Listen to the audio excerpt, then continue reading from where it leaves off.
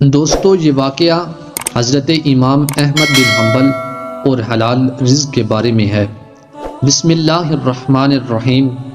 ایک مرتبہ امام شافعی رحمۃ اللہ تعالی علیہ نے حضرت امام احمد بن حنبل کو خط لکھا کہ بہت عرصہ ہوا آپ تشریف نہیں لائے، آپ سے ملاقات کو جی چاہتا ہے۔ جواب میں حضرت امام احمد بن حنبل نے فوراً اپنا پروگرام لکھ کر بھیج دیا کہ فلاں دن فلاں تاریخ کو میں آپ کی خدمت میں مصر میں حاضر ہو رہا ہوں۔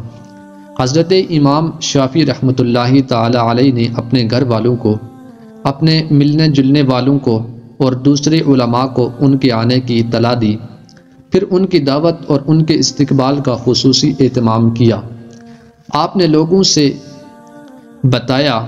کہ اگرچہ وہ میرے شاگرد ہیں مگر وہ ایک بہت بڑے امام ہیں، اللہ تعالیٰ نے ان کو بڑا مرتبہ عطا فرمایا ہے۔ چنانچہ جس دن ان کو پہنچنا تھا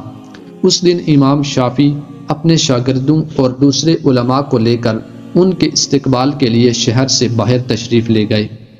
اس وقت مصر کے جو بادشاہ تھے وہ بھی حضرت امام شافعی رحمۃ اللہ تعالی علیہ کے معتقد تھے، وہ بھی امام صاحب کے ساتھ استقبال کے لیے چلے آئے۔ پھر یوں ہوا کہ حضرت امام احمد بن حنبل وقت مقررہ پر پہنچ گئے۔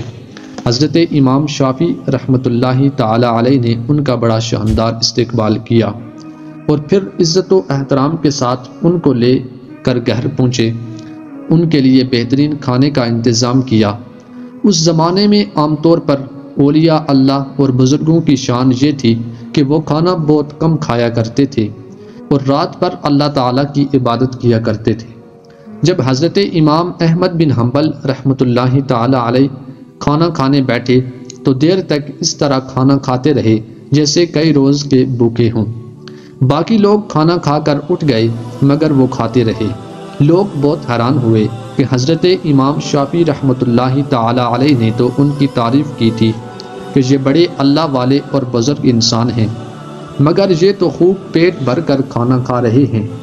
لوگوں میں اور گھر والوں میں ان کے بارے میں چہم گوئیاں ہونے لگی، لیکن کوئی کچھ نہ بولا۔ پھر جس کمرے میں حضرت امام احمد بن حنبل رحمۃ اللہ تعالی علیہ کے لیے رات کے وقت آرام کرنے کا انتظام کیا گیا تھا، اس کمرے میں حضرت امام شافعی رحمۃ اللہ تعالی علیہ کی بچیوں نے ایک مصلی بچھا دیا، مسواک رکھ دی، استنجے کے لیے ڈیلے اور پانی رکھ دیا اور وضو کے لیے لوٹا بھی لا کر رکھ دیا تاکہ جب وہ رات کو تہجد کے لیے اٹھیں تو انہیں کسی قسم کی کوئی پریشانی نہ ہو۔ حضرت امام احمد بن حنبل رحمۃ اللہ تعالی علیہ نے رات کو اس کمرے میں آرام کیا اور صبح اٹھ کر فجر کی نماز پڑھنے چلے گئے۔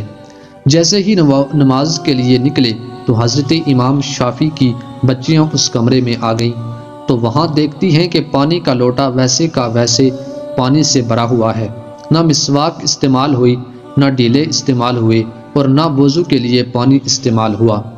سب کچھ جیسا تھا ویسے کا ویسے ہی رکھا تھا۔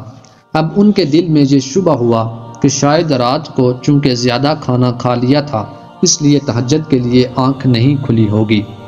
جب کہ فجر کی نماز پڑھ کر حضرت امام احمد بن حنبل تشریف لائے تو گھر والوں نے حضرت امام شافعی رحمۃ اللہ تعالی علیہ سے کہا کہ آپ نے فرمایا تھا کہ وہ تو بہت بڑے اللہ والے اور بہت بڑے بزرگ ہیں، مگر رات کو انہوں نے کھانا بھی خوب کھایا، رات کو ہم نے ان کو وضو اور استنجے کے لیے پانی اور ڈیلے رکھے تھے، وہ بھی استعمال نہیں ہوئے۔ معلوم ہوا کہ رات کو تہجد کی نماز بھی نہیں پڑھی۔ اب حضرت امام شافعی رحمۃ اللہ تعالی علیہ کو بھی تشویش ہوئی۔ انہوں نے حضرت امام احمد بن حنبل کو بلایا اور تنہائی میں لے جا کر ان سے پوچھا کہ اس طرح کی باتیں سننے میں آ رہی ہیں کہ آپ نے کھانا بھی غیر معمولی طور پر کچھ زیادہ کھایا اور جس کمرے میں آپ کے لیے سونے کا انتظام کیا گیا تھا اس کمرے میں آخری شب میں استعمال کے لیے جو چیزیں رکھی گئی تھیں وہ بھی استعمال میں نہیں آئی، کیا بات ہوئی؟ آپ پہلے تو ایسے نہیں تھے، کیا یہاں سے جانے کے بعد آپ کے مزاج میں کچھ تبدیلی آ گئی ہے؟ حضرت امام احمد بن حنبل نے فرمایا کہ حضرت، میرے بارے میں جو باتیں ہو رہی ہیں وہ درست نہیں ہیں، بلکہ بات کچھ اور ہے۔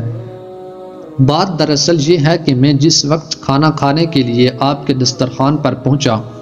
اور جس وقت میں نے اس کمرے میں قدم رکھا تو میں نے دیکھا کہ اس کھانے کے حلال اور طیب ہونے کی وجہ سے وہ کمرہ نور سے چمک رہا تھا، اور یہ دیکھ کے کہ آسمان سے لے کر دسترخوان تک انوار کی بارش ہو رہی ہے۔ جب تک میں نے یہ صورتحال دیکھی تو میں نے سوچا کہ شاید اس سے زیادہ حلال اور طیب کھانا مجھے زندگی میں نہیں ملے گا، لہٰذا جتنا زیادہ کھایا جا سکے میں نے کھا لیا، اس لیے کہ اس کھانے کا ذرہ ذرہ ایمان کو اور دل کو روشن کرنے والا ہے۔ اس لیے مجھ سے جتنا زیادہ کھانا کھایا جا سکتا تھا میں نے کھا لیا، اور میں نے یہ نہیں دیکھا کہ کون کتنا کھا رہا ہے اور کون میرے بارے میں کیا سوچ رہا ہے۔ جہاں تک مجھ سے کھانے کی سکت تھی میں کھانا کھاتا گیا، اور پھر حلال کھانے سے بد ہضمی بھی نہیں ہوتی بلکہ وہ سریع الہضم ہوتا ہے اور اندر جا کر بدن کو اور روح کو منور کرنے کا ذریعہ بن جاتا ہے۔ الحمدللہ میں نے اس کا اثر محسوس کیا، کیونکہ کھانا کھانے کے بعد نہ تو مجھے بد ہضمی ہوئی اور نہ مجھے کوئی تکلیف ہوئی۔ پھر کھانا کھانے کے بعد عشاء کی نماز سے فارغ ہو کر جب میں اس کمرے میں پہنچا جہاں آپ نے میرے لیے آرام کا انتظام کیا تھا، وہاں جا کر تو میری حالت ہی بدلی ہوئی تھی، اور سونے کو اور آرام کرنے کو میری طبیعت چاہ ہی نہیں رہی تھی۔ اگرچہ میں سفر کر کے آیا تھا مگر اس کھانے میں اتنی غذائیت اور توانائی تھی کہ میری تھکان بھی ختم ہو گئی اور سستی بھی جاتی رہی، اور جب میں سونے کے لیے لیٹا تو مجھے نیند نہ آئی، لہٰذا میں لیٹا رہا اور لیٹے لیٹے قرآن و حدیث میں غور کرتا رہا، حتیٰ کہ پوری رات غور و فکر کرتے ہوئے گزر گئی، اور اسی رات میں نے قرآن و حدیث سے 100 مسائل کا حل تلاش کر لیا، اور وہ مسائل ایسے تھے جو اس سے پہلے کبھی میرے ذہن میں نہ آئے ہوں اور نہ ہی ان کی طرف میرا کبھی خیال گیا ہو۔ لیکن جب آج کی رات میں نے غور کیا تو مجھے ایسا محسوس ہوا کہ قرآن و حدیث کے علوم اور اثرات میرے سامنے کھلے ہوئے ہیں، تمام مسائل کی تفصیل اور جوابات میرے ذہن میں آتے چلے جا رہے تھے، اور صبح تک میں مسائل کا حل جانچتا رہا۔ اسی حالت میں صبح ہو گئی۔ یہ سب آپ کے کھانے کا اثر تھا جو رات بھر میں نے محسوس کیا، اسی لیے تہجد کے وقت نہ تو لوٹا استعمال کرنے کی ضرورت پیش آئی اور نہ مسواک کرنے کی ضرورت پیش آئی،